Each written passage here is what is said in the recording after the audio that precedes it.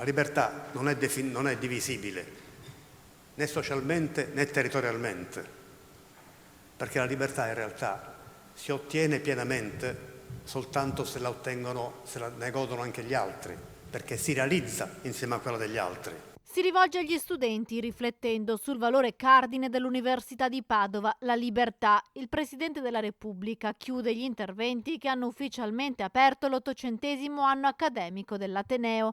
Mattarella ha ricordato come proprio la libertà non debba farci chiudere gli occhi su quanto sta accadendo poco lontano da noi, in Ucraina. Libertà che è collegata a doppio filo con il sapere e la ricerca della verità. La persona umile cerca la verità. Chi coltiva superbia è convinto di possederla.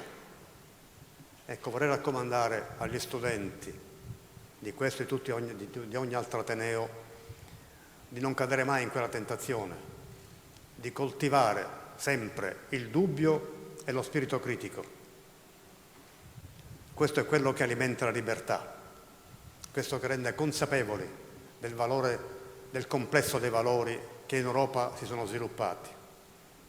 L'antidoto alla superbia, viene in mente un passo del Siracide molto duro sulla superbia.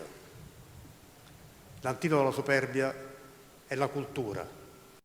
Il presidente prima del suo intervento si è trattenuto per qualche momento nelle stanze del BOE e ha ricevuto in dono dalla lettrice una collezione di pubblicazioni dell'Università di Padova. Prima di andarsene, il saluto alla goliardia e alla città che l'ha accolto per la quinta volta con tanto calore.